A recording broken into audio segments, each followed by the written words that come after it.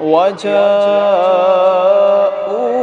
على قميصه بدم كذب قال بل سولت لكم أنفسكم أمرا فصبر جميل والله المستعان على ما تصفون. وجاءت